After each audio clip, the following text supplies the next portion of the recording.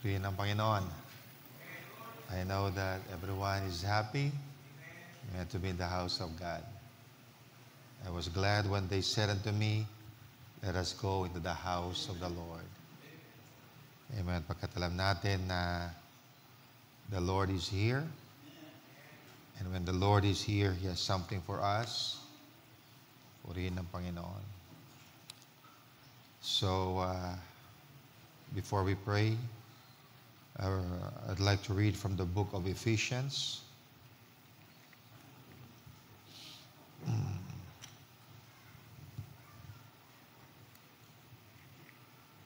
Ephesians chapter 6.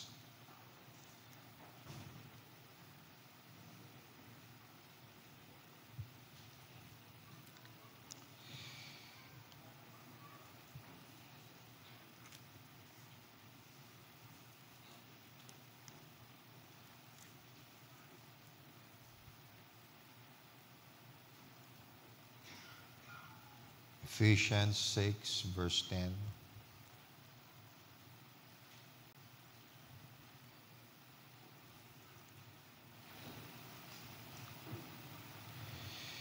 Finally, my brethren, be strong in the Lord. Our strength is in the Lord. And in the power of His might,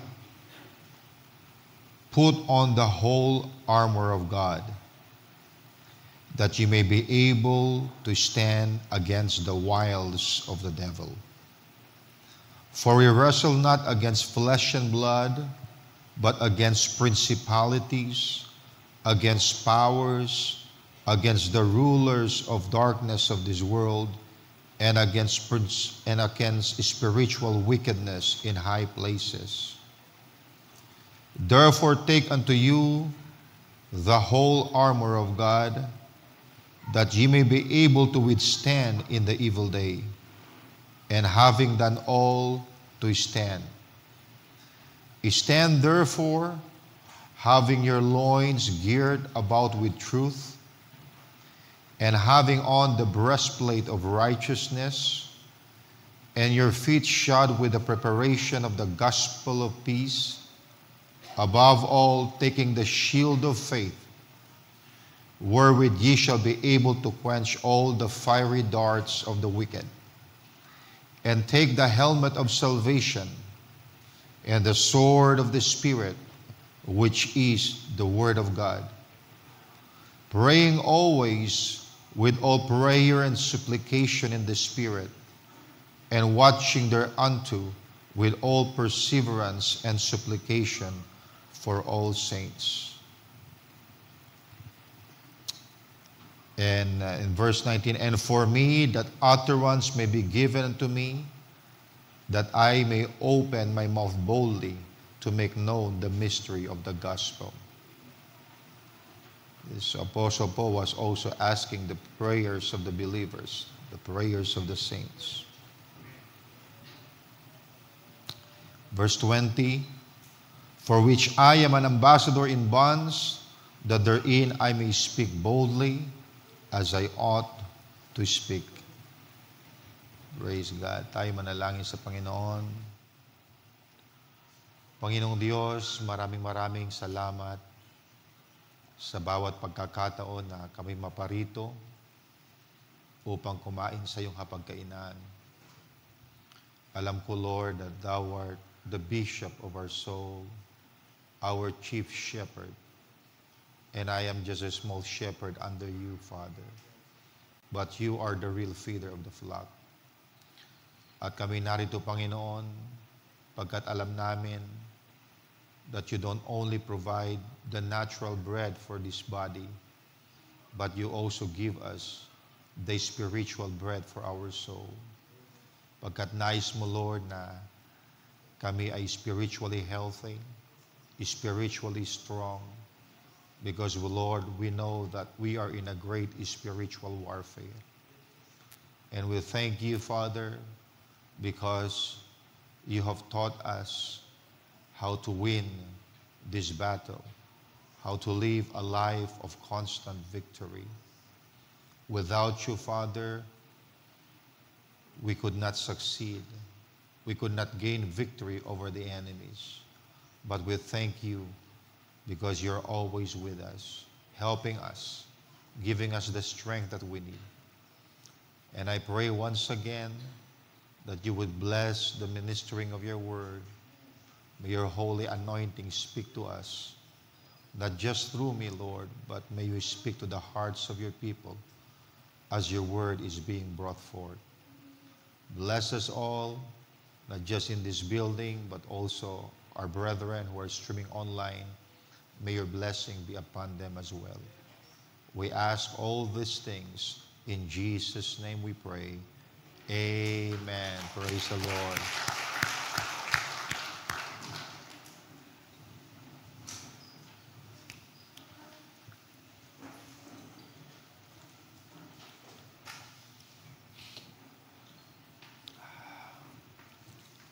Purihin ang Panginoon.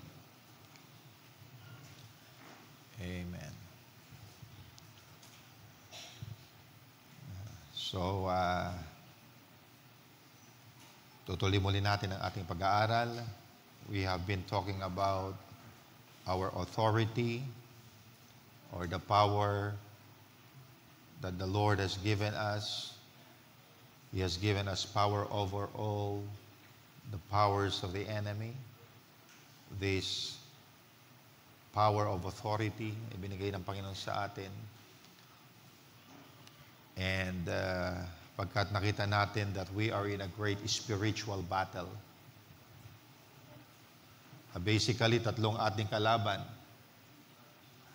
Okay, the world, the flesh, and the devil, or Satan. Pagkat this world is in opposition to God. Okay, this is the kind of environment that surrounds us. And the world caters to the lust of the flesh, the lust of the eyes, and the pride of life. So we also have to overcome the world. At hindi lang yun, mga kapatid, isa sa ating mga enemy, itong ating flesh. Sabi nga ni Brother Branham that my greatest enemy is William Branham. Because referring to the flesh, not the inward man, but the flesh. Pagka this body or this flesh always gets in the way. Pero we are to put this flesh subject to the will of the Spirit of God. And another enemy we are facing is the devil. At itong kaaway natin, he is called in many names. He is called the devil, the accuser of the brethren. He is called Satan, our adversary. Tinawag siyang tempter. Tinawag siyang God of this evil age. Tinawag din siyang thief. And the thief has come to steal, to kill, and destroy. He is also compared to a lion, to a serpent. Maraming mga pangalan na ginamit sa ating kalaban, mga kapatid. It is showing us na ang different roles na ginagawa ng kaaway. Pero salamat sa Bible, sa Panginoon, pagkat sabi sa Bible that we are not ignorant of His devices. Pinakilala ng Panginoon sa atin ang ating kalaban, pagkat nais niya tayong manaig. And we are living in an age where we should have a discernment of His Spirit, that we could discern whether that Spirit is of God or of Satan. At kasi napakahirap makipaglaban kung hindi mo makilala ang iyong kalaban. Diba? Pagkat hindi mo siya lalabanan, yung Espiritu, if you don't recognize that that Spirit is of the devil. But if you could discern right away that that Spirit is not of God, you could combat that Spirit right away. Kaya we really need the discerning of the Spirit. And with the help of the Holy Spirit, we could discern the works of the devil. we could discern the spirit that is not of God. And every spirit that is contrary to the word is not of God. Because God will not reject His word or will not contradict His word. So that's one of our enemy, the devil. So we have the world, the flesh, and the devil.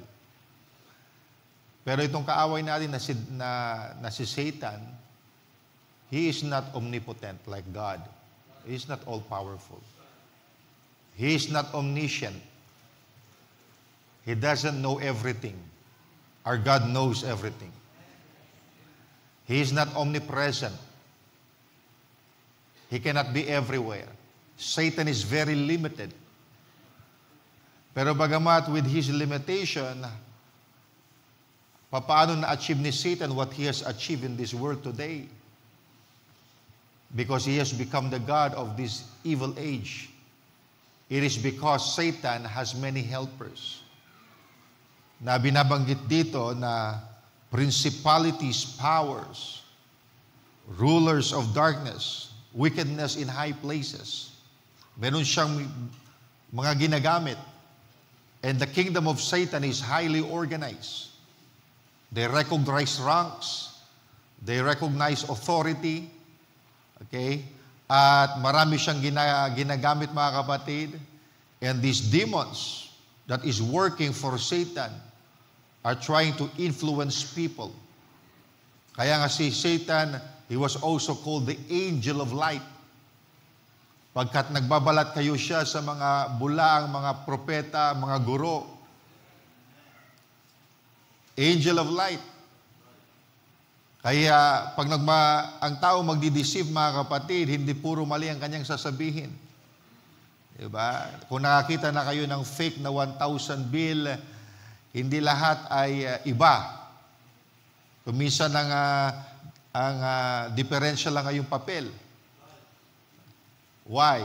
Because it is to deceive people. Kung ibang-iba, mga kapatid, madaling mahalata. Pero mga kapatid, salamat sa Diyos pagkat binigyan tayo ng matang agila. Amen. Yung little difference ay makikita natin because of the revelation that God has given us. He has not given us a partial word, but He has given us the fullness of the word. Amen. That would reveal error. That would expose error. That's why Satan is howling today, because he has been exposed. And how was Satan exposed? He has been exposed by the revealing of the word. Because the revealing of the word did not only show who you are, but it showed who Satan is, our enemy. Because for us to be victorious in this spiritual battle, we've got to identify our enemy. We've got to know his tactics, his devices. At salamat sa Panginoon because we are not ignorant of these things. Ang Panginoon ay inihayag niya mga bagay na ito because the Lord wants you to be victorious. The Lord ordained you to be overcomers in this age. So nais ko mangaral sa umagang ito in the subject, dressed for a spiritual battle. Dressed for a spiritual battle. Hindi lamang tayo sinabak ng Panginoon sa digmaan na wala siyang ibinigay sa ating equipment na kinakailangan natin sa digmaan. No, the Lord has provided us everything na kinakailangan natin sa digmaang ito. At sinasabi ko sa inyo, mga kapatid, kung lahat ng ibinigay ng Panginoon na kagamitan na ating gagamitin sa digmaan ay ating gagamitin, walang dahilan na hindi ka manalo sa digmaan. Amen. Because the weapons of our warfare is strong. It could pull down the stronghold of the devil. Amen. It is mighty. May mga armas ang ating kahaway, mga kapatid, pero mas higit ang ating sandata, higit ang ating weapons, and no weapon formed against us shall prosper. Amen. Purihin ng Panginoon. At dito sa ating text sa Ephesians chapter 6,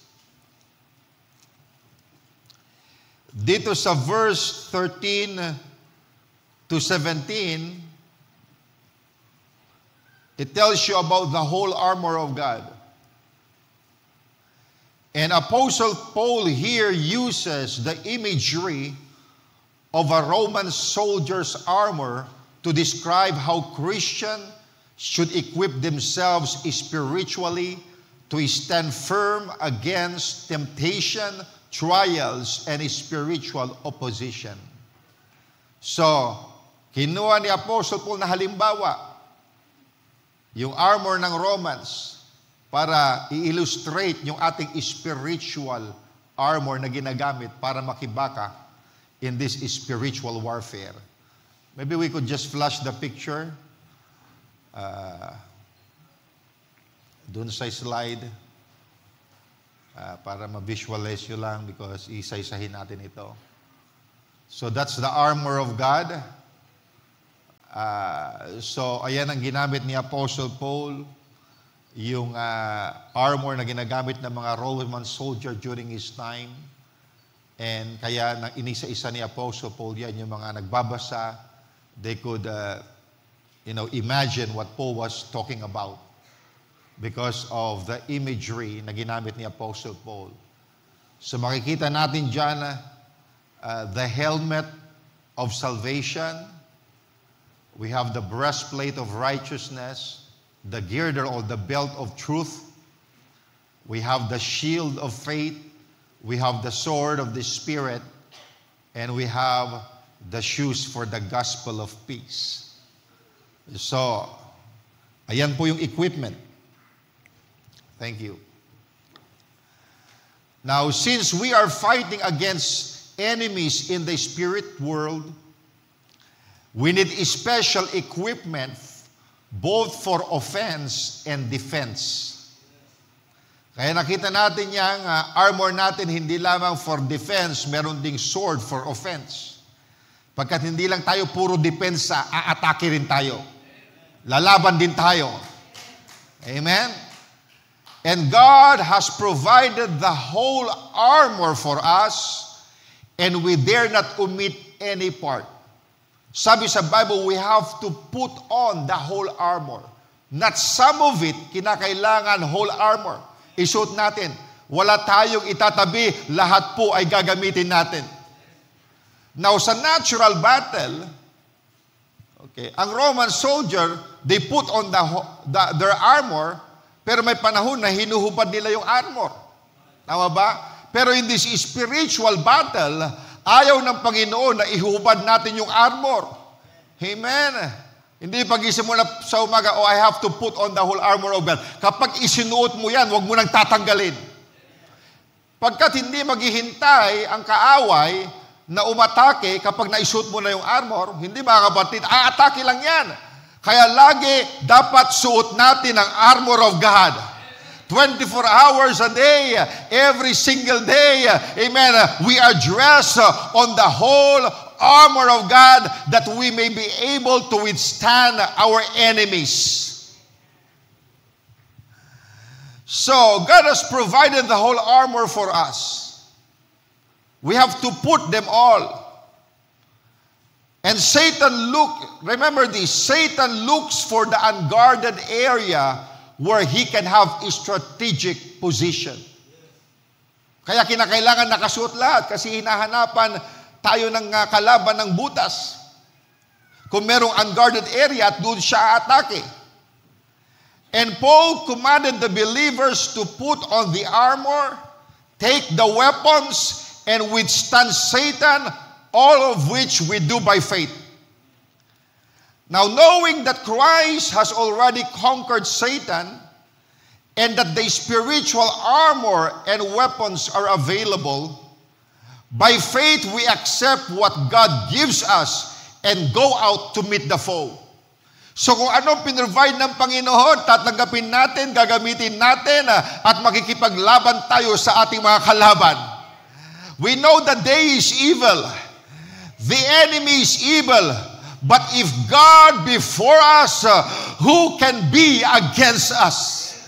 Tandaan niyo mga kapatid, that God is in you, God is in us, God is with us, and God is for us. Amen. God is not siding with our enemy. God is siding with you.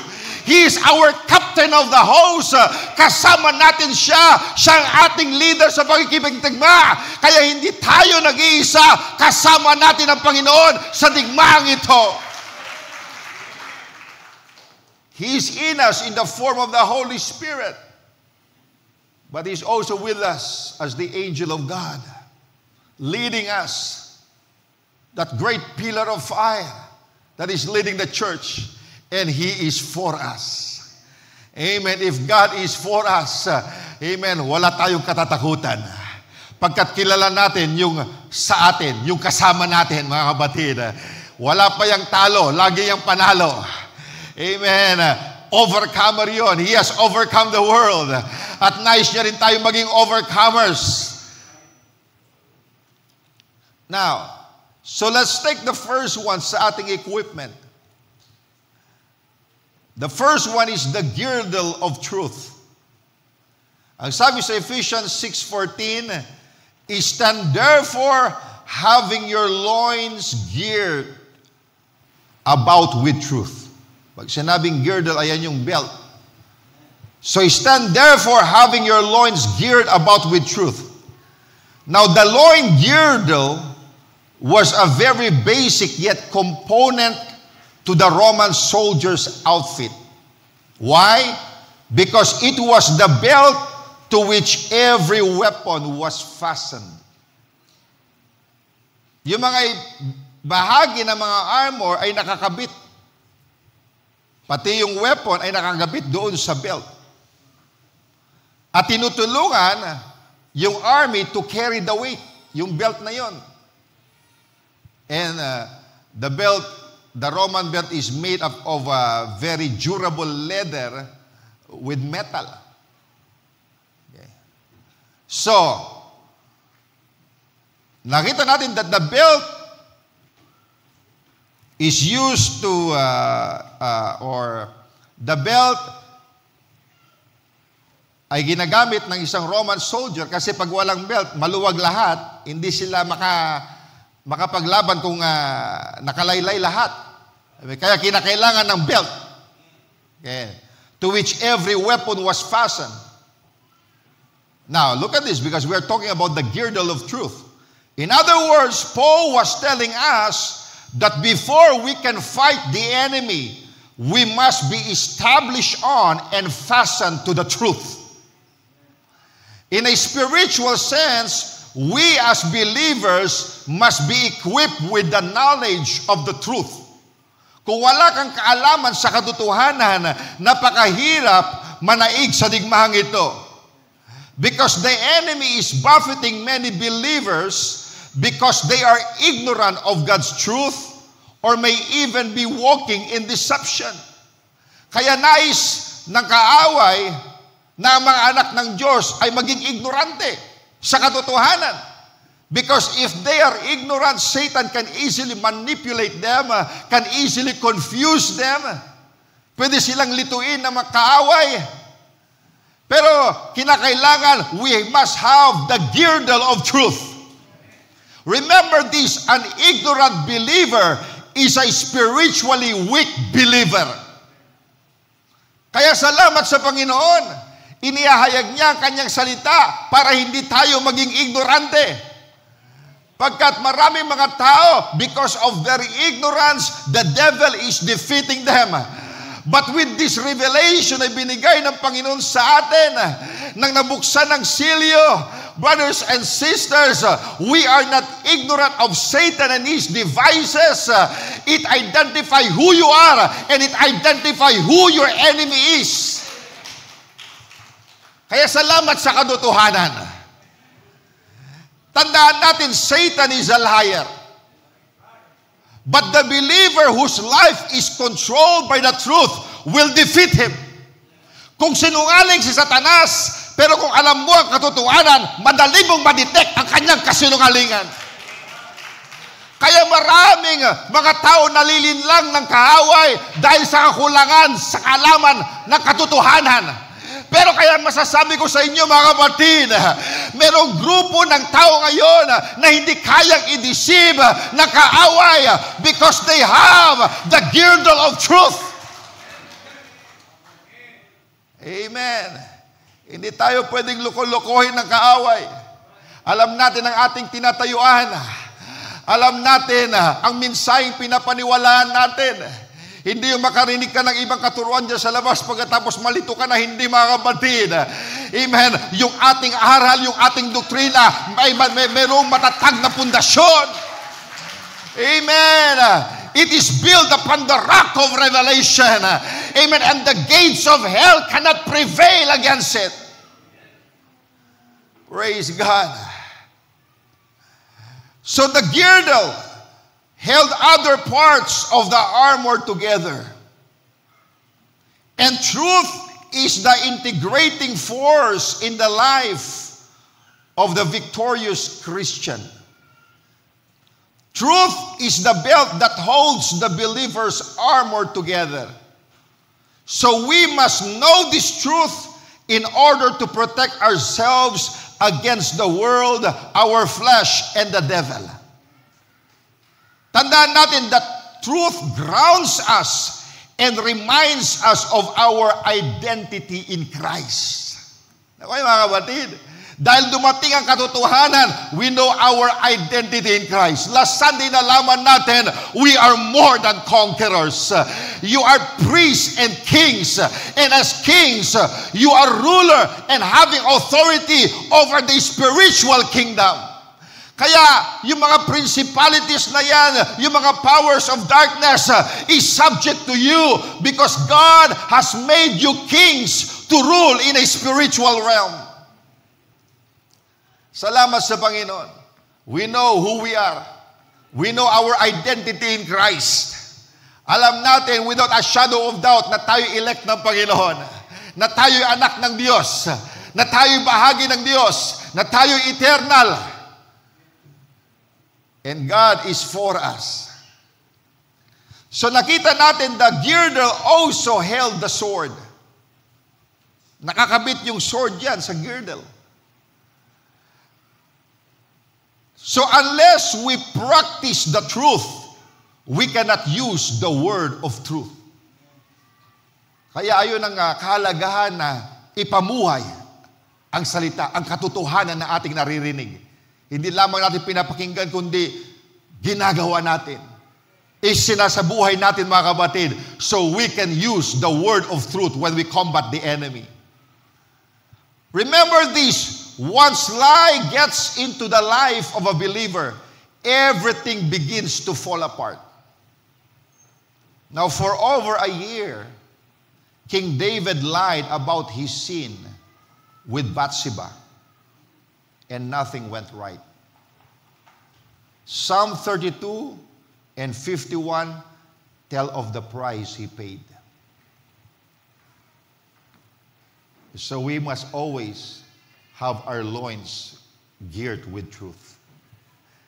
The second one is the breastplate of righteousness.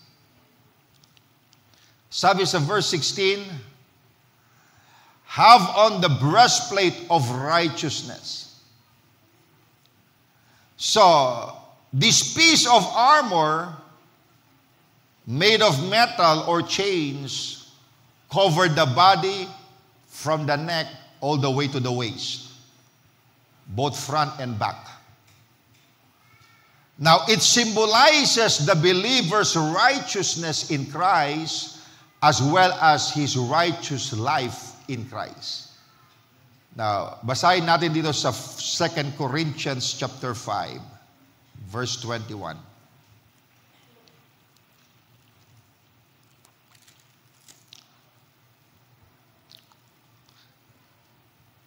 Second Corinthians 5:21. For he hath made him to be sin for us. God has made Jesus to be sin for us. Pagkat inako niya ang ating kasalanan, siya'y naging kasalanan para sa atin. That's why he satisfied the justice of God by taking our punishment. For he had made him to be sin for us, who knew no sin. Anong sabi dyan?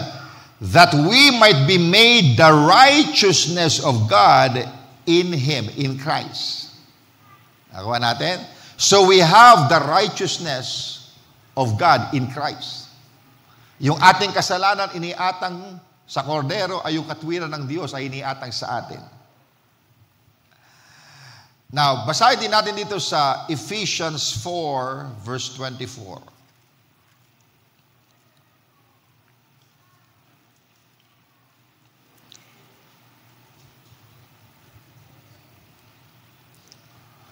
Anong sabi dyan? And that ye have put on the new man, the new nature, which after God is created in righteousness and true holiness. Okay? Okay, when we talk about this new man, which after God is created in righteousness and true holiness. So our breastplate is His righteousness. Nakuha natin? Though we have no righteousness of our own, we must still, by His power, choose to do right. Bagamat ang biniis natin ay ang katwiran ng Diyos, hindi ibig sabihin, hindi na natin gagawin yung tama. Through the help of the Holy Ghost, we would also do what is right, what is holy. Now, a breastplate was of utmost importance to the soldiers of Paul's day because it guarded the vital organs of its wearer. Nakita natin yung picture kanina, di ba? Okay? Merong metal piece dito na nakabalibot from the neck all the way to the waist. Okay? So, ginagard niya yung mga vital organs. Because without a breastplate, soldiers will be vulnerable to stabs and other physical forms of trauma. Madali kang saksakin kung wala yan. Diba? Pero meron tayong breastplate of righteousness. Now, the word righteousness comes from the Greek word dikaiosune, which refers to the right standing before God or a condition acceptable to God. Are you catching that? Right standing before God or a condition acceptable to God.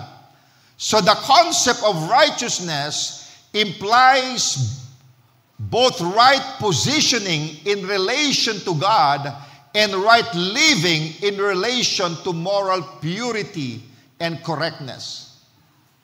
Now, when we have accepted Christ's righteousness as our breastplate, then we are in a position of confidence that enable us to stand firm against the enemy. Pagkat alam natin yung kasuotan nating righteousness, hindi yung sariling righteousness natin, kundi yung righteousness ng Panginoon. Kaya maging pagharap natin sa trono ng Panginoon, hindi tayo nahihiya, because we don't come by our own righteousness, but we come by the righteousness of the Lamb that died for us. You see, unrighteousness, on the other hand, produces fear and insecurity. But the pure confidence that comes from Christ's righteousness protects us, especially our heart, from the attack of Satan. Now, the average Christian does not fully understand righteousness. More than mere moral living, righteousness is the ability to think, to be, and to act in a way that reflects your true identity. Pag sinabi kong true identity, that is God's perspective of who you are. Hindi yung pananaw ng ibang tao kung sino ka, pero yung pananaw ng Diyos kung sino ka. Amen. Do you see who you are? In the sight of God, you are justified as if you've never done it in the first place. Hallelujah! Sa mata ng Diyos, ikay balot ng dugo ng Panginoon. Hindi ka lamang pinatawad, but God blot away your sin. Kaya hindi ka nahihiyang pumunta sa trono ng Diyos, mga kapatid, because you know, brothers and sisters, you are worthy not by yourself, but because of the righteousness of the Lamb na iyong binihis. Now, napakahalagang maunawaan yan. Because when you realize that you are the righteousness of God in Christ Jesus, then guilt, shame, and condemnation will lose their power. Pagkat alam natin si Satan, he's the greatest accuser of the brethren.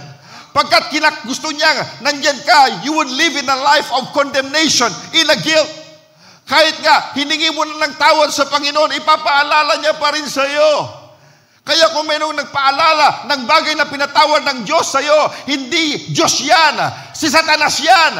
Pagkat kapag pinatawad ka ng Panginoon, kinakalimutan niya na. Wala na siyang maalala. I will remember your sins no more. Pero mga kapatid, if you really understand, hallelujah, amen, what justification means as revealed by the prophet of God, there's no way for you to live in condemnation. There's no way for you to stay in guilt. Pagkat mga kapatid, you are justified as if you've never done it in the first place. He is our Jehovah Sitkinu, our righteousness. If Satan accused you, sabi ng Panginoon, you could not accuse him. Pagkat lahat ng kanyang kasalanan ay binayaran ko na sa krus ng Kalbaryo. You want to punish him when I was already punished on the cross. Kinuha ko lahat ng kaparusahan and I have justified them. Inari ko na silang ganap. There is therefore no condemnation to those who are in Christ Jesus. Amen. Kaya kinakailangan itong breastplate of righteousness para wala kang insecurity. Meron kang confidence na harap sa Panginoon. Kung ikay bagay na may hinihingi sa Panginoon, hindi pumapasok sa isip mo, hindi ako worthy, hindi ako karapat-dapat, hindi mga kapatid. Amen. You are justified by faith. Salamat sa Panginoon, mga kapatid. Amen. For this confidence that God has given us. Kung ating sariling righteousness lang, hindi tayo papasa. Because our righteousness, sabi sa Bible, is as filthy rags. Ibig sabihin, hindi tayo makalapit sa Panginoon with our own righteousness. But thank God we have the breastplate of righteousness. It's not our own righteousness, but the righteousness of God in Christ Jesus. So nakita natin, the revelation of God's righteousness in you will neutralize the vicious spiritual attacks on your soul. The breastplate of righteousness. Ikatlo is the shoes of the gospel. Ang sabi sa Ephesians 6:15, have your feet shod with the preparation of the gospel of peace. Huwag natin tatanggalin ito, mga kapatid. Bahagi ito ng armor natin. Have your feet shod with the preparation of the gospel of peace. Alam niyo, the Roman soldiers wore sandals with hobnails in the soles to give him better footing for the battle. Para maganda ang kanilang tayo. At hindi sila nadudulas sa mga madudulas na lugar. Because without sandals, soldiers cannot endure the harsh terrain of battle. Because may mga lugar na may mga babato, may mga lugar na maputik, may mga lugar na madulas. Amen. So they need these shoes. Now, if we are going to stand and withstand, then we need the shoes of the gospel. The shoes of the gospel of peace. Now, because we have the peace with God, Romans 5:1, we have the peace with God that comes from the gospel. we did not fear the attacks of Satan or men. We must be at peace with God and with each other to defeat the devil. Kuha natin. But the shoes have another meaning. Because we must be prepared each day to share the gospel of peace with a lost world. Now, the most victorious Christian is a witnessing Christian. Kuha natin. Kinakailangan, we know how to share the gospel of peace. Marami dyan sa labas, tuliro na sa buhay. Many of them ay hindi na alam ang gagawin. They are trapped in a situation na gulong-gulo na sila, litong-lito na sila, wala silang kapayapaan, wala silang kasiyahan. Pero pwede mo silang kausapin. Sabi mo, meron akong good news sa iyo. Why? Because the gospel is the good news. Hallelujah! Amen! Akala mo wala ka ng pag-asa, pero merong pag-asa pagkat si Kristo'y namatay na para sa atin. And whatever He has achieved at Calvary is made available to us. Wala kang kapayapaan, but this gospel can give you peace. Wala kang kapahingahan, but this gospel can give you rest. Wala kang kaligayahan, kasiyahan, but this gospel can give you joy, unspeakable, full of glory. So if we wear the shoes of the gospel, then we have the beautiful feet mentioned in Isaiah 52 verse 7. Maganda siguro basahin natin. Isaiah 52 verse 7.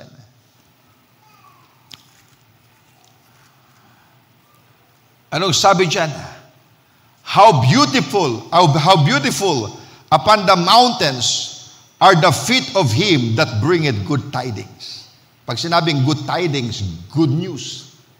And what is gospel? Good news. Amen. Anong sabi dyan? How beautiful upon the mountains are the feet of him that bringeth good news. Ayan ang mga magagandang paa. Amen. Yung magandang paa, hindi yung nagpa-pedicure. Yung magandang paa, mga kapatid, ay handang ibahagi yung salita ng Diyos sa iba. Especially to the lost. Amen.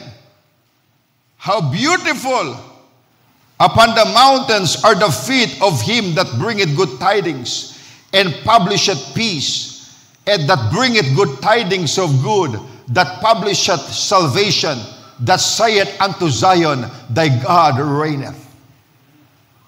Now, sa makikita natin that we must be prepared to share and proclaim the gospel at all times, wherever our shod feet may take us. Now, don't be immobile or stagnant. Consistently share our faith with others. Sa iyong trabaho, i-share mo yung faith mo, mga kapatid. Kung meron kang pagkakataon, ibahagi mo yung kabutihan ng Diyos. Yung ginawa ng Diyos sa iyong buhay. Amen. Ipakita mo. Pagkat may mga bagay dyan na naghahanap ng tunay na kapayapaan, hindi nila masumpungan sa mga bagay sa mundo. Share to them, mga kapatid. Huwag kayong mahiya. Because kinakailangan kompleto yung armor natin. Amen. Sabi ni Paul, I am not ashamed of the gospel of Jesus Christ. Alam niyo mo, may mga tao na sinasabi nilang Kristiyano na nahiya sila magdala ng kanilang Biblia. They are ashamed to be identified with the Word of God. Shame on you if you do that, mga kapatid. Amen. Hindi natin pwedeng ikahiyang Ebanghelyo. Ito ang nagbago ng ating buhay. Ito ang nagbigay sa atin ng tunay na kapayapaan. Ito ang nagtuwid ng ating lakad, mga kapatid. Amen. I am not ashamed of this gospel. And I could say, I am not ashamed of this message of this hour.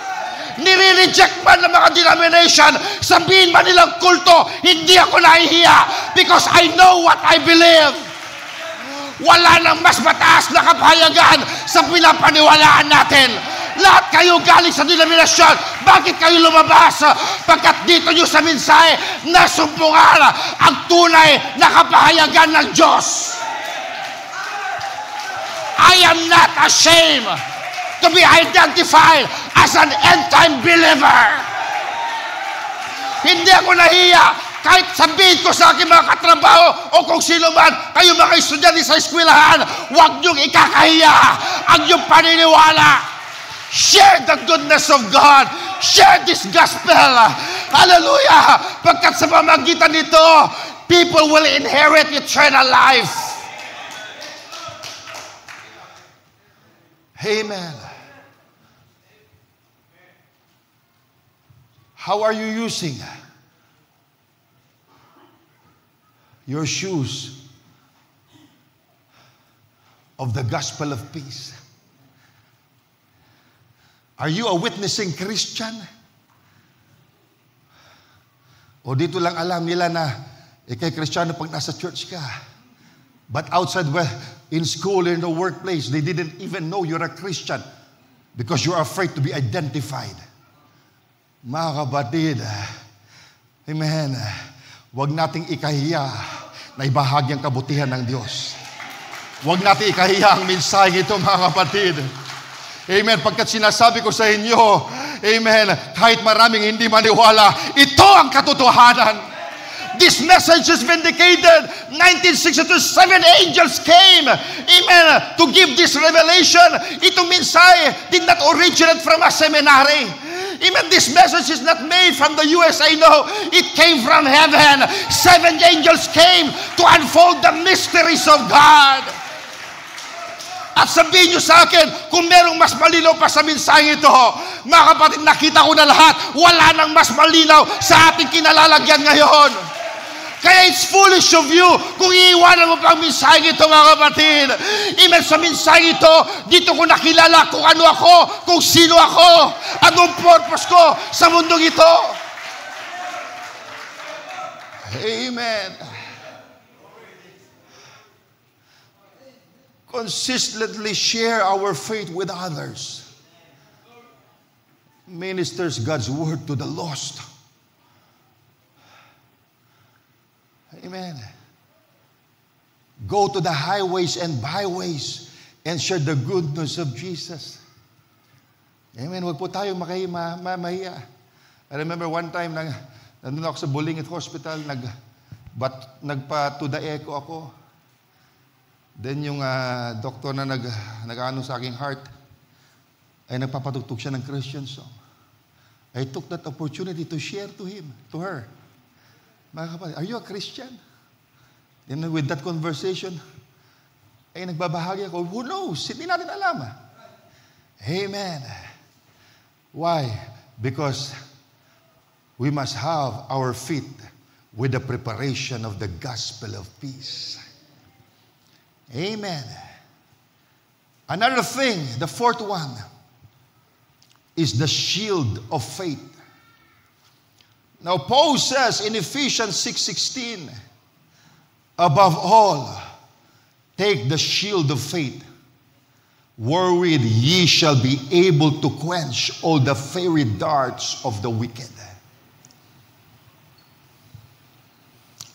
Oh my. Shield of faith.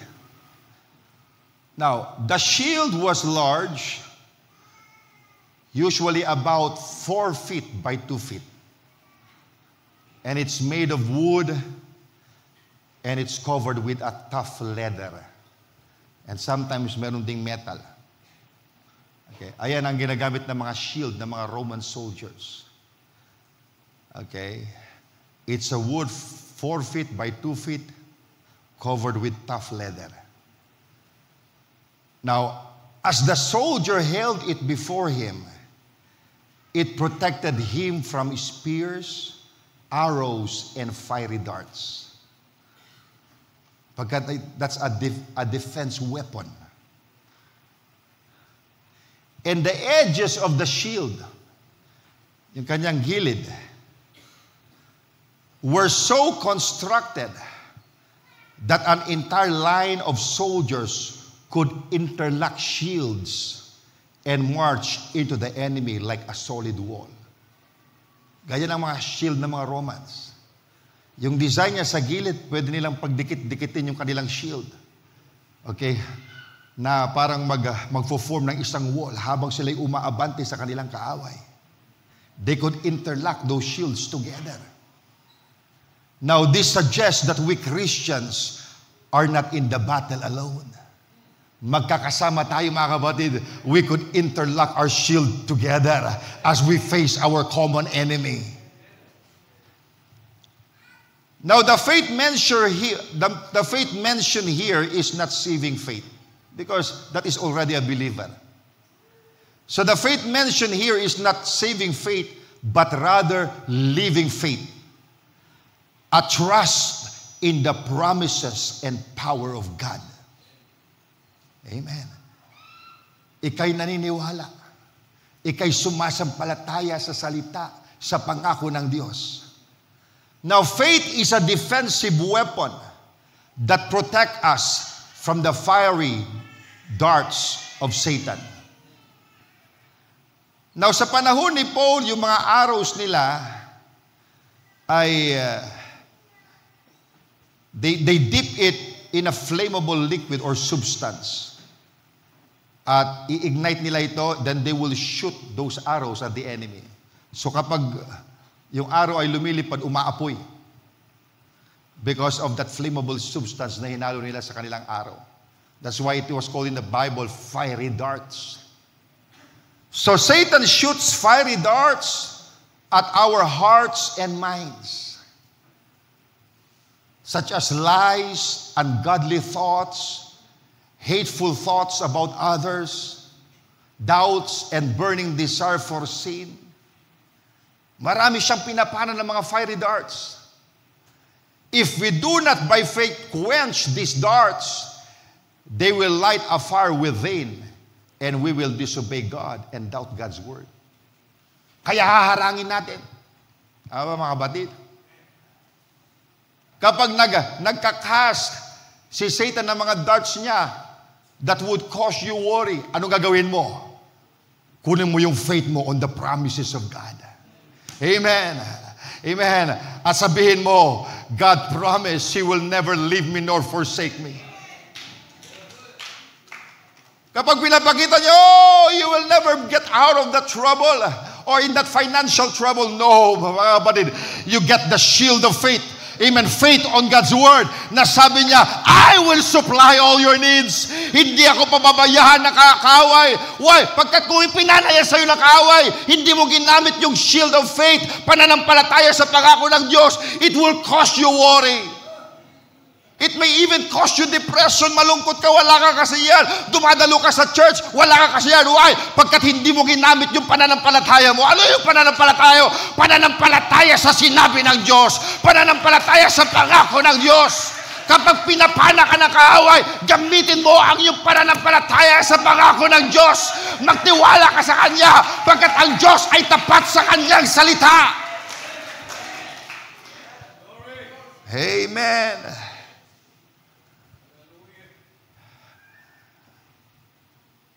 We never know when Satan will shoot a dart at us. So we must always walk by faith and use the shield of faith. Alam niyo, without a shield, the most experienced soldier would be dead in a seconds in a real combat situation. Pagkat wala siyang defense. In the same manner, without faith in God's word, you and I will not be able to withstand the fiery darts of the devil. Through our confidence in God and His word, we are able to extinguish every lie of the devil. At sabi ni Brother Branham, si Jonah, yung symptoms, tinawag niya na lying vanities. Kaya anumang symptoms ng iyong kalagayan na sinasabi niya malala na, wala ng pag-asa mga kabatid. Amen. Those are lying vanities. How do you combat them? Amen. By your faith in the Word of God. Hallelujah. Kinakailangan i-combat mo ng iyong pananampalataya, hindi Satanas. Pagkat ako'y naniniwala sa sinabi ng Panginoon. Ano mang kalagayan mo, there's appropriate word for every condition. Kompleto, mga kapatid. Sapat ang salita ng Diyos. Iba't ibang kalagayan na ating pwedeng kinalalagyan ngayon, mga kapatid. But sa bawat kalagayan mo, merong pangako. At ayun ang iyong gagamitin. Why? Pagkat naniniwala ka. And if you believe the Word of God, ano mang kalagayan mo, your faith in the Word of God will deliver you out of your situation. Why? Because, mga kapatid, hindi yung sinabi ni Satanas, sinabi ng doktor, sinabi ng tao, ang authority, no. The final authority is the Word of God. Heaven and earth will pass away, but the Word of God will never fail. It will never pass away. Amen. Tandaan nyo anumang kalagayan nyo. Amen. Your condition is not permanent. Amen. It can be changed by your faith in the promise. Ano mang problema nyo, merong expiration yan. Merong pasimula yan, merong expiration yan, mga kapatid. Amen. At ang solusyon sa lahat ng problema ay ang pananampalataya sa pangako ng Diyos. Amen. Kaya huwag kang malugmok sa kalungkutan. May pangako ang Diyos. Manampalataya ka lamang. And your faith in the Word of God will do miracles in your life. It will change your situation. Purihin ng Panginoon. Hallelujah.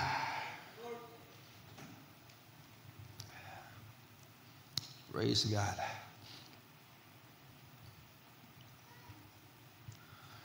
So through our confidence in God and His Word, we're able to extinguish every lie of the devil. In other words, the more we place our faith and trust in God's Word, the less effective the enemy tactics will be against us.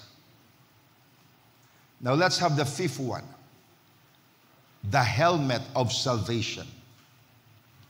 Sabi sa Ephesians 6:17, take the helmet of salvation. Pag sinabing salvation, another term for salvation is deliverance. Now, why is it called the helmet of salvation? Now, the reason we must wear salvation or deliverance as a helmet is because the mind is the seat of all spiritual battle. Dito yung battleground. If we don't renew our mind with the Word of God, then we will not be able to walk in victory. Kaya itong mind natin, kinakailangan ma-renew. Pagkat may mga strongholds si Satanas na ilagay dyan. Ano yung mga strongholds? Yung mga maling paniniwala, maling akala. Na ganito ang Diyos, na ganyan, hindi mga kapatid. Pero kapag, amen, naririnig natin ang ating salita ng Panginoon, nare-renew ang ating pag-iisip. Diba? Marami nang tinanggal ang Panginoon sa aking isipan o na-renew. Sa aking isipan, mga kapatid, dahil sa salita ng Panginoon. The more na pinag-aaralan ko ang salita ng Panginoon, the more I found out na may mga mali pala ako dating konsepto na iniaayos ng salita ng Panginoon. Diba? Kasi if your mind is not renewed, anong mangyayari? You would try to limit God with your small thinking. Pero kapag na-renew yung mind mo, nakita mo, walang imposible sa Diyos. Walang bagay na hindi kaya ang Diyos. Walang problema na hindi kayang lutasin ng Panginoon. Amen. Walang kalaban na hindi ko kayang gapiin. Amen. Because we are more than conquerors in His name. Amen. Anong ginagawa ng Panginoon? Nire-renew niya ang ating konsepto. Akala mo masyadong malakas ang si Satanas sa iyo, mga kapatid, pero na-renew ang ating kaisipan. Oh, Satan is already a defeated foe. Natalo na yan. Tinalo na yan ang Panginoon. At nasa ng Panginoon ngayon, nasa atin. Kaya kung dati mo siyang kinakatakutan, by the renewing of your mind, alam mo na mas malakas ka sa lahat ng pwersa ng kadiliman. Salamat sa Diyos, natanggal ang takot sa atin because of the renewing of the mind. You recognize your authority. Amen. Authority over all the powers of the enemy. Kaya mga demonyo, hindi natin kinakatakutan. Hallelujah. Dapat silang matakot sa atin. Because we know who we are. We recognize our position. Wala na tayong identity crisis. Because the preaching of the word has taken our spiritual amnesia. Salamat sa Panginoon. Do you see the renewing of your mind? Napakahalaga yan. Because that is the helmet of your salvation. Now, salvation doesn't just mean salvation doesn't just mean the deliverance of our soul from hell. It also means the deliverance of our mind from wrong thoughts and attitudes. Diba? Na-deliver ang ating mind sa maling kaisipan, sa maling attitude. Sabi nga ng prophet, amen, we have to have the right mental attitude towards the promises of God. Remember, these wrong thoughts, if left unaddressed, have the potential to enslave us. That is why the Bible says that we must take the helmet of salvation to guard our mind and our thought life against the lies, deception, accusations of the enemy. Alam nyo, the enemy of our soul is always trying to convince us that we are not the elect of God. That we are not the chosen. Kung narinig kaya, bride ako, sabi niya, bride ka nga ba? Eh, Satanas, and he accuses you before God day and night. Revelation 12 verse 10. And whenever we sin or fall short, nakatayo na yan si Satanas. Telling us, kaya mo nagawa yan because you are not a child of God. You are not the bride. Kunwari ka lang bride, hindi ka naman bride. Hindi mo naman talaga mahal ang Panginoon eh. Kasi kung mahal mo siya, bakit ka nakipagtalo sa asawa mo? Diba pinapaalala niya yung mga nagawa mo pagkakamali. And he is questioning your identity. Pero nung gagawin natin mga kapatid, we must take every wrong thought captive in the name of Jesus. We have to bring every thought captive. Alam mo, pag sinabing captive, inalipin mo na yan, na-capture mo na yan. Ibig sabihin, wala na, talo na siya. Wala na siyang kapangyarihan. Because you held every thought captive in the name of Jesus. And you would continually remind yourself, I am a child of God. And my sins and transgression have been forgiven through the blood of Jesus Christ. Anak ako ng Diyos. Paano mo natiyak na anak ka? Pagkat sabi sa Bible, the Holy Spirit, amen, beareth witness with my spirit that I am a son of God. Hindi lamang ako nagkiklaim na anak ako ng Diyos, pero yung Espiritu Santo, kinukonfirm niya, amen, sa aking kaloob-looban na ako'y pinili ng Diyos, na ako'y anak ng Diyos. Saan ka maniniwala? Kay Satanas o sa Diyos? Sa Satanas, sinungaling. Kaya kung may sinabi niya, hindi ka anak ng Diyos, baliktarin mo lang at purihin mo ang Diyos. Amen. Pagkat pinili ka ng Diyos. Amen. Oftentimes, believers are not aware that the negative thoughts that come into their mind have been sown by the wicked one. May mga kumisan, akala natin thoughts natin yun. Hindi mo naman talaga thoughts yun. Those are wicked thoughts na pinaplant ng kaaway sa iyong kaisipan. Kaya nga na nagsalita si Peter against the word, hindi niya sinabi, get thee behind me, Peter. Get thee behind me, Satan. Why? Because Satan is capable to implant wrong thoughts sa mind ng tao. Amen. So the helmet of salvation empowers the believers to take control of the mind and bring ungodly thought into captivity. Kinakapture natin yung mga ungodly thought na yun, mga kapatid. Ginagapusan natin sila agad sa pangalan ng Panginoon. Alam nyo, Satan wants to attack the mind the way he defeated Eve in the Garden of Eden. The helmet refers to the mind controlled by God. Amen. Let our mind be controlled by God. When God controls the mind, Satan cannot lead the believer astray. The Christian who studies his Bible and learns the meaning of Bible doctrines is not going to be led astray too easily. This helmet protects us from Satan's lies. Salamat mga kapatid, we have the helmet of salvation. Let the mind of Christ be in you. We have the mind of Christ. We have the helmet of salvation. Napumunta tayo sa pang-anim. The sword of the Spirit. Ang sabi sa verse 17, take the sword of the Spirit, which is the Word of God. Now, the Roman soldier wore on his girdle a sword which was used for close in fighting. Yung sword, ginagabitan nyo sa malapitan na pakikipaglaban. Now, so makikita natin, the sword is the offensive weapon God provides us. Ayan, offensive yan. Kasi yung shield for defense.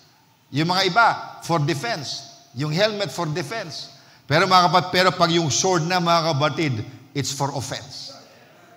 So hindi lang tayo laging harang ng harang. Kinakailangan lumaban din tayo mga kabatid. Meron tayong sword.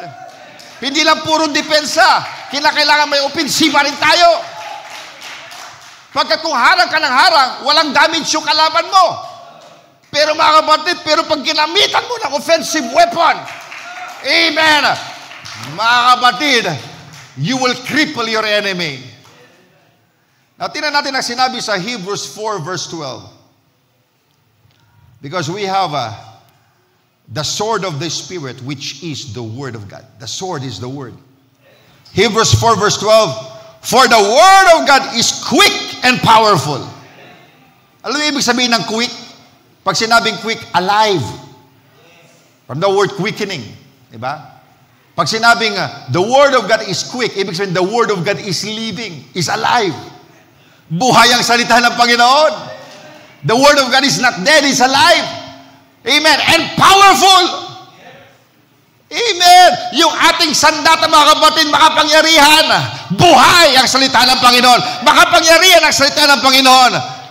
The Word of God is quick and powerful and sharper than any two-edged sword.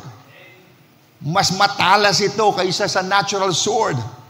Piercing, tinan nyo kung saan tatagos, piercing even to the dividing asunder of soul and spirit and of the joints and marrow, and is a discerner of the thoughts and intents of the heart. My goodness. Hebrews 4 verse 12 compares the Word of God to a sword. Because it is sharp and is able to pierce the inner man, just as a material sword pierces the body. You and I were cut to the heart when the Word convicted us of our sins. Di ba? Ganyan katalas yun. Kaya nga sa Acts chapter 2, nang nangaral si Peter, sabi sa Bible, they were pricked in their hearts. Pagkat matalas mga kapatid yung salita ng Panginoon, double blade mga kapatid, tumagos sa kanilang puso. Amen. Kaya kung ikay namumuhay sa kasalanan, habang ikay nakaupo dyan mga kapatid, ang salita ng Panginoon will convict you mga kapatid. Pagkat matalas, kung yung natural sword babaon sa body, yung spiritual sword babaon sa yung kaluluwa. Amen. Alam niyo mga kapatid, Peter tried to use sword to defend Jesus in the garden. Kung maalala niyo yung kwento. Diba? Nang-aresto si Jesus Christ, bumunot ng sword si Peter. So he tried to use sword to defend Jesus in the garden. But he learned at Pentecost that the sword of the Spirit does a much better job. Pagkat nang ginamit ni Peter, hallelujah, yung sword of the Spirit, 3,000 ang na-convert. Amen. Why? Because napakatalas yun. It convict people of their sins. Moses also tried to conquer with a physical sword in Exodus 2, only to discover that God's word alone was more than enough to defeat Egypt. Now, a material sword pierces the body, but the word of God pierces the heart. The more na ginagamit mo yung physical sword, ay mas lalong pupurol. Tama ba? But using God's swords only makes it sharper in our lives. Amen. The more na ginagamit mo naman ang spiritual sword, mas lalong tumatalim yan. A physical sword requires a hand of a soldier, but the sword of the Spirit has its own power, for it is living and powerful. It is quick and powerful. Now, the Spirit wrote the word. Tama ba? And the Spirit wields or holds the word as we take it by faith and use it. A physical sword wounds to hurt and kill, while the sword of the Spirit wounds to heal and give life. Amen. Kaya mga kapatid, nagsinugatan tayo ng salita ng Panginoon, binigyan po tayo ng buhay. But when we use the sword against Satan, we are out to deal a blow that will cripple him and keep him from hindering God's word. Pero itong sword, ginagamit natin kay Satanas, hallelujah, para mapilayan siya. Pagkat hinaharangan niya ang gawain ng Panginoon, pero gagamitan natin siya ng sandata.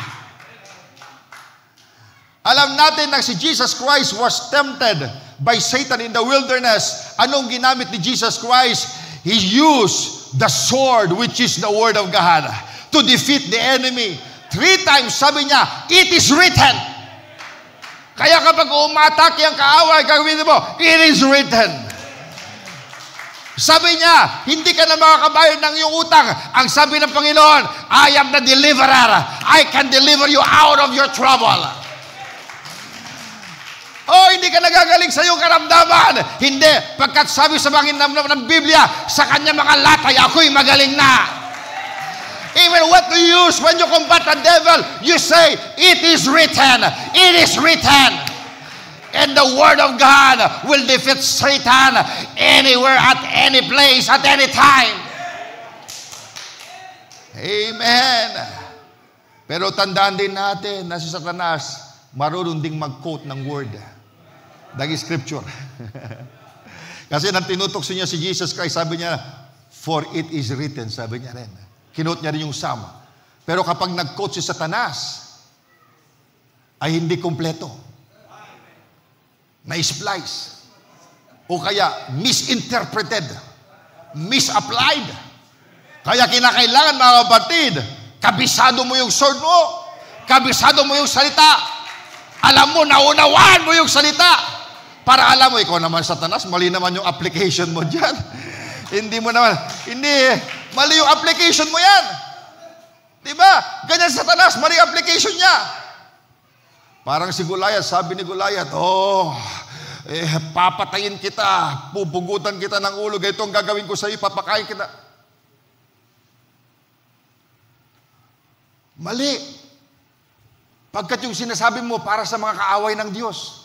Alam ni David yan, hindi. Gagawin ko sa iyo yan, pupugutan ko yung ulo mo. Amen. Ipapakain kita sa mga fowls of the air. Hindi mo ba nabasa sa Deuteronomy 28? Amen. Ganyan ang gagawin ng Panginoon sa mga enemies. Amen. Namin. That is one of the curses of God. Amen. Kung minsan binabato ka ng kaaway pero mali yung application. Amen. Oh, ganyan ang mangyayari sa iyo. Hindi, mga kapatid. Hallelujah. Mali ang iyong application. Hindi para sa akin yan. Para sa unbeliever yan. Ito ang para sa believer. Ito ang sinabi ng Panginoon para sa believer. Don't misapply the word of God.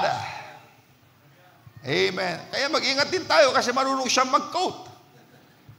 Amen. Hindi lang mag-quote ng scripture, pati mag-quote sa message. Marunong ding mag-quote, pero mali ang interpretation. Mali ang application.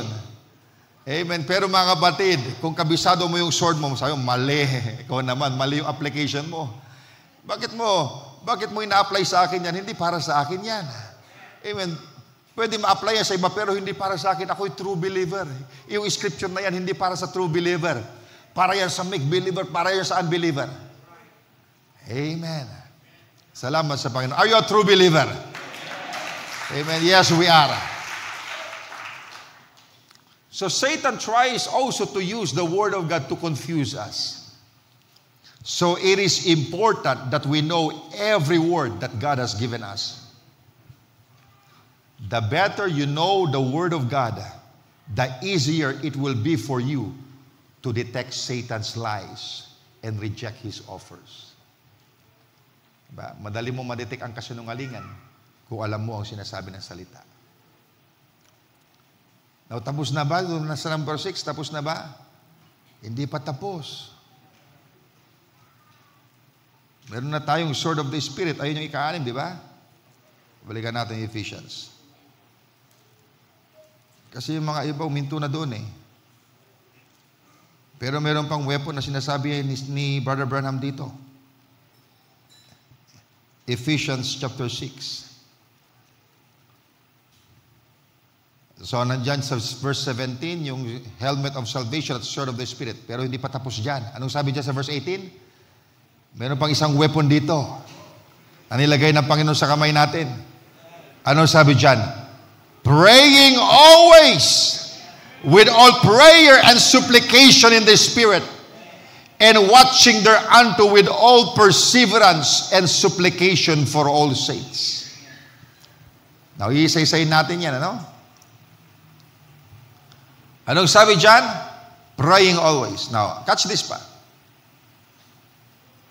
Prayer is the energy that enables the Christian soldier to wear the armor and to handle the sword. Now, we cannot fight the battle in our own power, no matter how strong and talented we may think we are. Tandaan nyo, nang yung mga Amalekites ay inatake nilang Israel, Moses went to the top of the mountain to pray, while Joshua used the sword down in the valley. Nakuha natin? And it took prayer and sword to defeat Amalek. Si Moses nandoon sa bundok, Moses' intercession on the top of the mountain, and Joshua using the sword in the valley. Nakuha natin? Hindi lang sword, kinakailangan yung prayer. Pagkat kung nakababa yung kamay ni Moses, matatalo sila kahit mayroong sword. Nakuha natin? What defeated the Amalekites, mga kapatid, is both, amen, the prayer and the sword. Kaya mga kapatid, kailangan natin ng pananalangin. Nakuha natin? Pagkat yung pananalangin, ito yung puwersa. Ito yung energy. Kahit mayroong sword ka, pero mahina ka, walang puwersa. Diba? Hindi babaon sa kalaban. Pero mga kapatid, pag punong-puno ka ng panalangin, punong-puno ka ng energy, kapag ginamit mo yung sword, malakas yung puwersa. Kaya mga kapatid, meron tayong salita ng Panginoon, meron din tayong pananalangin sa iglesyang ito. Si Jesus Christ, mga kapatid, nang ginamit niya yung sword niya, nagpiprayer, katatapos siya lang ng prayer at fasting, meron siyang panalangin, meron din siyang sword. At ganun din tayo, mga kapatid, hindi lang puro salita ng Panginoon, wala kang pananalangin. Mga kapatid, kung wala kang panalangin, mahina ka pa rin. Kinakailangan natin ng pananalangin. Now, prayer is not simply a means to get what we want from God. It is also a vital weapon in spiritual warfare. Tinawag ito ng prophet na weapon na nilagay ng Panginoon sa ating kamay. Without prayer, no other portion of God's armor will operate properly in your life. And unfortunately, prayer is one of the most neglected aspects of Christian living. Even though God has stated very clearly sa Isaiah 56 verse 7, ang sabi ng Diyos, "Mine house shall be called an house of prayer for all people." Prayer is the power for victory. Kailangan natin ng prayer.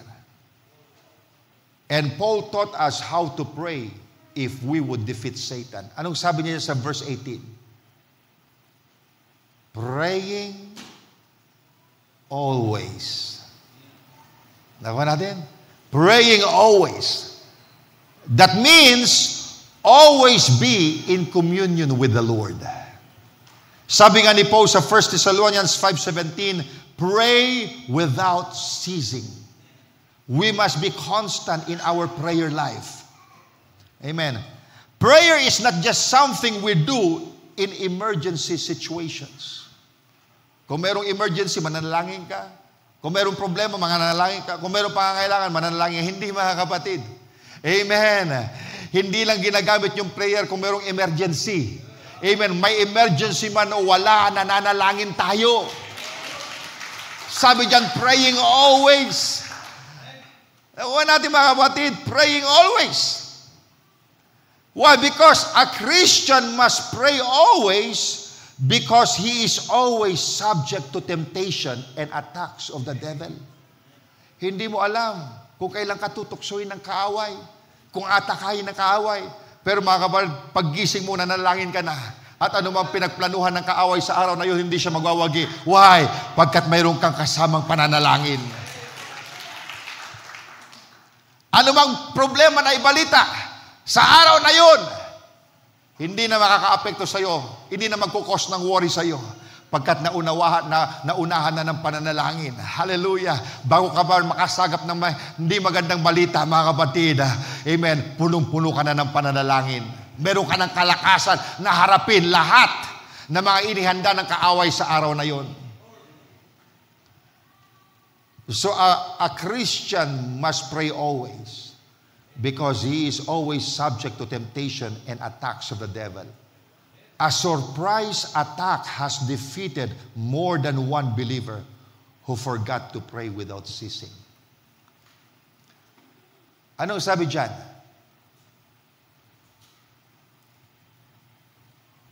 Now, I'm breaking this little by little. Ito verse 18.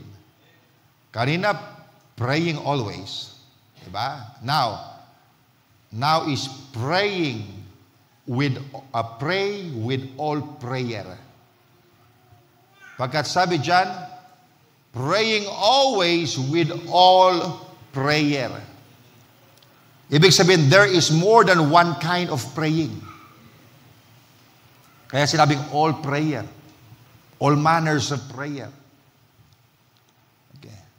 We have prayer, supplication, intercession. We have thanksgiving. Nabasahin nga natin sa Philippians 4 verse 6.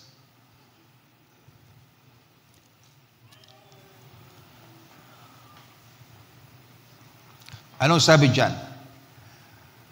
Be careful for nothing. Ibig sabihin, don't be anxious about anything. Or don't you worry about anything. But in everything, by prayer and supplication, so prayer, supplication, with thanksgiving, let your request be made known unto God. So mayroong supplication, that's your petition. Meron ding thanksgiving. Tingnan natin dito sa 1 Timothy. 1 Timothy chapter 2 verse 1.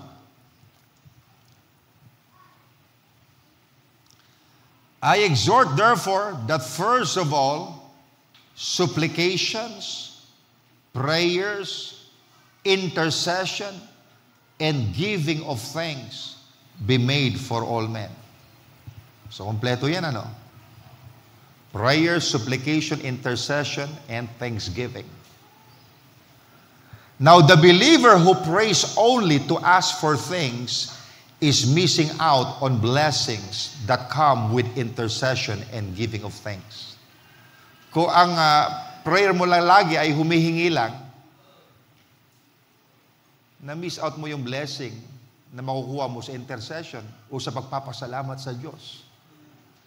In fact, thanksgiving is a great prayer weapon for defeating Satan. Di ba? Minsan inaatake ka ng kaaway, pero mapagpasalamat ka pa rin sa Diyos. Naiinsulto ang kaaway, inaatake ka niya, pero imbis na mag-complain ka, mo, Panginoon, salamat sa Diyos. Alam ko na hindi mo ako babayaan. Why? Pagkat sabi sa Bible, in everything give thanks, for this is the will of God towards you. In the good times, we praise His name. In the bad times, we just do the same. Now, let me say this. Praise changes things as much as prayer changes things. Hindi lang prayer changes things, but praise changes things. Amen. Kung tayo ay nagpupuri sa Panginoon sa kabila ng ating kinalalagyan o kinagagalawan, sa kabila ng ating problema, yung inyong papuri ay babaguhin ang iyong sitwasyon. Amen. Dalawa lang naman pwede mong gawin. Kung mayroon ka problema, mag-complain sa Diyos o magpuri sa Diyos. Makabalit yung complain, hindi sosolusyonan yung problema mo. Pero ang pagpupuri could change your situation. We rather praise God. Now, intercession for others can bring victory to our lives. Intercession for others can bring victory to our lives. Job 42:10 says, and the Lord turned the captivity of Job when he prayed for his friends. Pinanalangin niyo yung kanya mga kaibigan na mali ang sinasabi sa kanya. And anong ginawa ng Panginoon? Job received a blessing. The Lord turned the captivity of Job when he prayed for his friends. So nakita natin, first, we have to pray always. Second, we have to pray with all prayer. Third, we have to pray in the Spirit. Anong sabi dyan sa verse 18? Praying always with all prayer and supplication. Ano sabi dyan? In the Spirit. Amen. So we have also to pray in the Spirit. Basahin natin sa Romans 8:26 to 27. Sabi dyan, likewise the Spirit also helpeth our infirmities. For we know not what we should pray as we ought. Kung minsan nanalangin tayo, hindi natin alam kung ano ipapanalangin natin. Pero anong sabi dyan? But the Spirit itself maketh intercession for us with groanings which cannot be uttered. Salamat sa Panginoon pagkat yung Espiritu tinutulungan tayo sa ating pananalangin. At anong sabi sa verse 27? And he that searcheth the hearts knoweth what is in the mind of the Spirit, because he, the Spirit of God, maketh intercession for the saints according to the will of God. Kapag yung Espiritu ng Diyos na nasa iyo ay nag-i-intercede, hindi siya nag-i-intercede contrary to the will of God. It is always in the will of God. Ang sabi dyan, maketh intercession for the saints according to the will of God. So Romans 8:27 tells us that through the Spirit, we can pray in the will of God. Why? Because sometimes our praying could be selfish and out of the will of God. Pero kapag ang Espiritu ng Diyos, mga kapatid, ay pinapangunahan tayo sa pananalangin, hallelujah, it is only praying things that is in the will of God. Now, alam niyo sa Old Testament, pagpapasok ka doon sa holy place, before the veil to the most holy place, ay merong golden altar. They call it the golden altar of incense. So it is standing before the veil. At doon yung priest ay nagsusunog ng insenso. And the incense is a picture of prayer. Okay? At itong incense na ito, it had to be mixed according to God's plan and could not be counterfeited by men. So, yung ingredients noon, ang Diyos ang nagsabi. Kaya kinakailangan may tamang ingredients yung ating pananalangin. Kasi kung yung pananalangin mo puro give me, mga kapatid, kulang ng ingredients. Kinakailangan nandoon ang pasasalamat, nandoon ang pagpupuri, amen, nandoon ang pananampalataya. Humihingi ka na naman, hindi ka pa nga nagpasalamat sa unang ibinigay na ng Diyos sa iyo eh. Hindi mga kapatid, kinakailangan tama yung ingredients kapag tayo nananalangin sa Panginoon. Amen. Now, the fire of the altar is a picture of the Holy Spirit. For it's He who takes our prayers and ignites them in the will of God. Kasi yung insenso, hindi papataas yun kung walang apoy. Okay. Incense ascending symbolize our prayer ascending to God. Para mag-ascend yun, kinakailangan mo ng apoy. Amen. At yung apoy na yun ay nagsisimbolo ng Espiritu Santo. Amen. Because it ignites our prayer. Kaya kinakailangan natin ang Espiritu Santo sa ating pananalangin. Kaya it is possible to pray fervently in the flesh and never get through to God. It is possible to pray quietly in the Spirit and see God's hand do great things. Why? Pagkat yung panalangin mo ay mayroong kaikibat na Espiritu ng Panginoon. So, pray in the Spirit. Next is pray with alertness. Why? Pagkat sabi dyan, praying always with all prayer and supplication in the Spirit. Anong sabi dyan? And watching thereunto. So we have to pray with alertness. Spiritually speaking, we have to pray with an open eyes, watching. Now, watching means keeping on the alert. Kaya yung phrase, watch and pray, occurs often in the Bible. Diba? Watch and pray. When Nehemiah was repairing the walls of Jerusalem and the enemy was trying to stop the work, Nehemiah defeated the enemy by watching and praying. Tingnan natin ang ginawa ni Nehemiah dito. Nila Nehemiah. Nehemiah chapter 4 verse 9.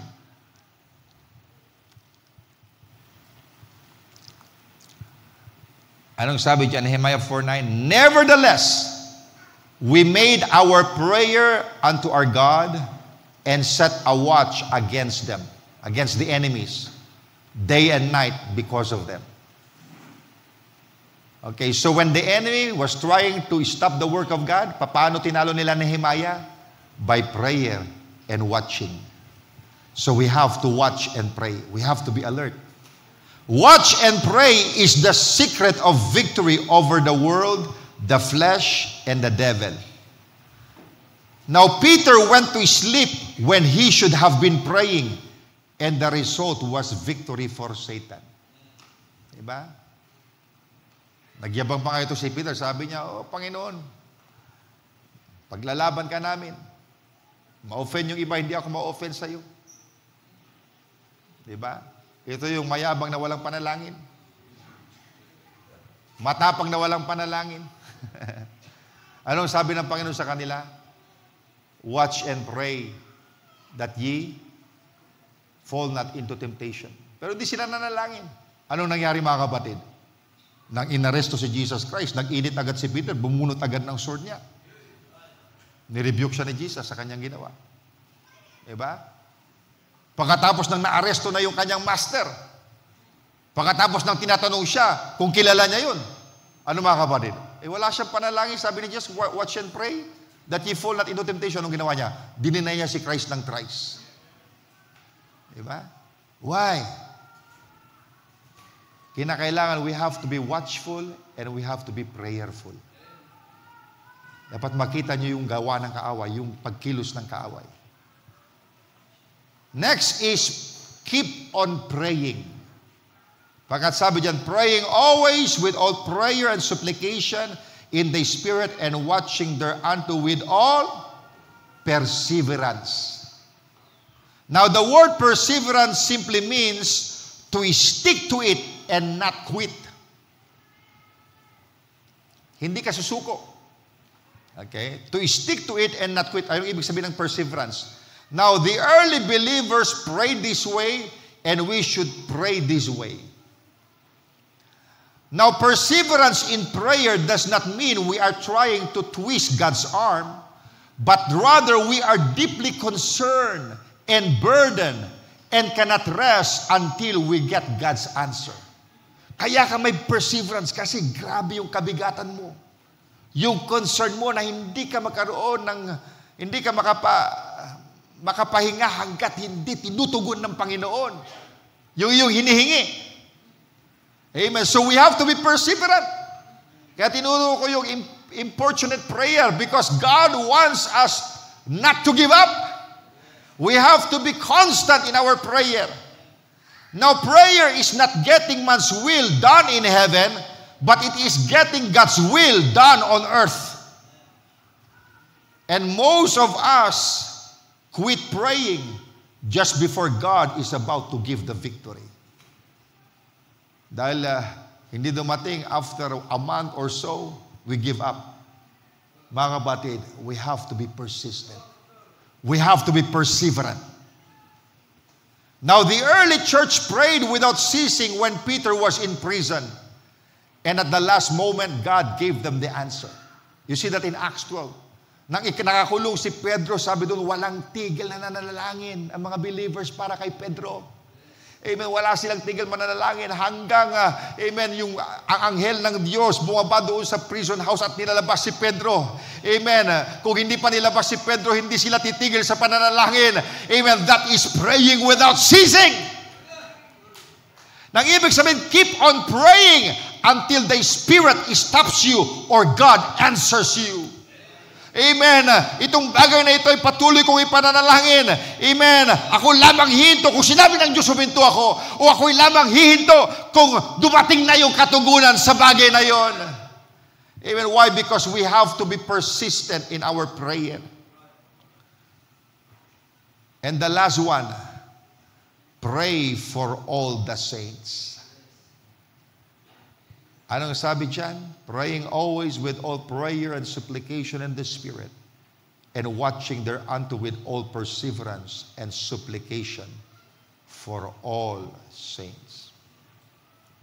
Nang tinanong si Jesus Christ, or when Jesus Christ was asked, teach us how to pray, ang sabi ni Jesus Christ, when you pray, say, Our Father. Hindi niya sinabing, my Father, our Father. Ako natin? Because we pray as part of a great family. Kaya sabi, our Father. Pagkat alam natin, hindi lang tayo may ama sa Kanya. Ito'y pamilya. Maraming anak ng Diyos. So we pray as a part of a great family that is also talking to God. And we ought to pray for other members of the family. Do you pray for your brothers and sisters? Praying for all the saints. So kinakailangan kasama niya sa ating pananalangin. Baging si Paul ay hinihingi niya pananalangin ng mga believers sa Ephesians. Sabi mo si Paul humihingi ng prayer sa kanila. A man who experienced to go to the third heaven and go back. A great apostle of God humihingi ng panalangin. Yes. And Paul asked them to pray for the effectiveness of his witness and ministry.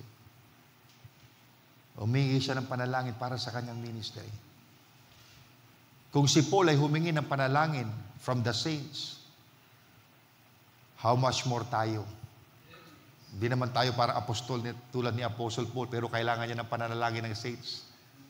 Kung si Paul humingi ng panalangin, lalo na ako. Kailangan ko ng panalangin yung mga kapatid. Amen. Salamat kung hindi niyo ako nakakaligtaan sa inyong panalangin. Amen. Because I need that. Alam niyo ba? Alam niyo sa totoo lang, naalala ko yung gera sa panahon ni Ahab, ang bilin ng Syrian king. Huwag niyo nang iisipin yung mga sundalo, ang target niyo yung hari. Yung pinaka-leader nilang targetin niyo.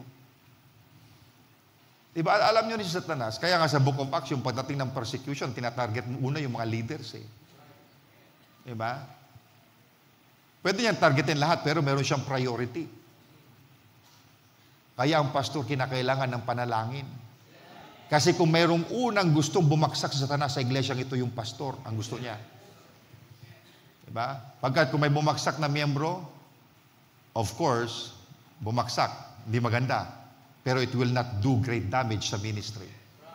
Pero kapag ang pastor ay humina, mga kapatid, it would affect the ministry. Pero salamat sa Diyos pagkat maraming nananalangin para sa akin. Amen. Kung yung aking pananalangin, it helps the believer to defeat Satan, so let us pray for one another. Sabi ni Jesus Christ kay Peter, Peter, Satan desired to sift you as a wheat, but I have prayed for you, that your faith fail not. Let us pray for one another. Amen. Now, tandaan natin, I'm ending now. We are not fighting the battle alone. Hindi tayo mag-isa na lumalaban. There are other believers who stand with us in this fight. Ako yung laban ko, hindi mag-isa. Kasama ko kayo sa laban na ito. Sama-sama po tayong lalaban. Hindi ko kaya mag-isa. Kasama ko kayo. Kailangan ko ang panalangin nyo. Kailangan ko ang suporta nyo. We are fighting this battle together, not alone. And what an encouragement it is to be part of the family of God. Na malaman mo na hindi ka lang nag-iisa. Alam nyo, nowhere in the New Testament do we find an isolated believer. Wala yan sa Biblia. Christians are like sheep. They flock together. And the church is an army. And soldiers need to stand together and fight together. Tinutulungan mo yung kapatid mo sa kanyang pakikipaglaban kung siya'y pinapanalangin mo. Kaya dito mga kapatid, lahat po tayo nagtutulungan, nagpapanalinganan tayo. Ano mang bagay na ikakaganda ng ministry, pinapanalangin natin sa Panginoon. Hindi lang yung iba na nanalangin, hindi mga kapatid, lahat po tayo concerned sa bawat isa. Amen. And with unity, we could achieve greater things in the kingdom of God. Amen. 2 is better than 1. Kaya mga kapatid, kung tayo'y sama-sama, higit ang ating magagawa.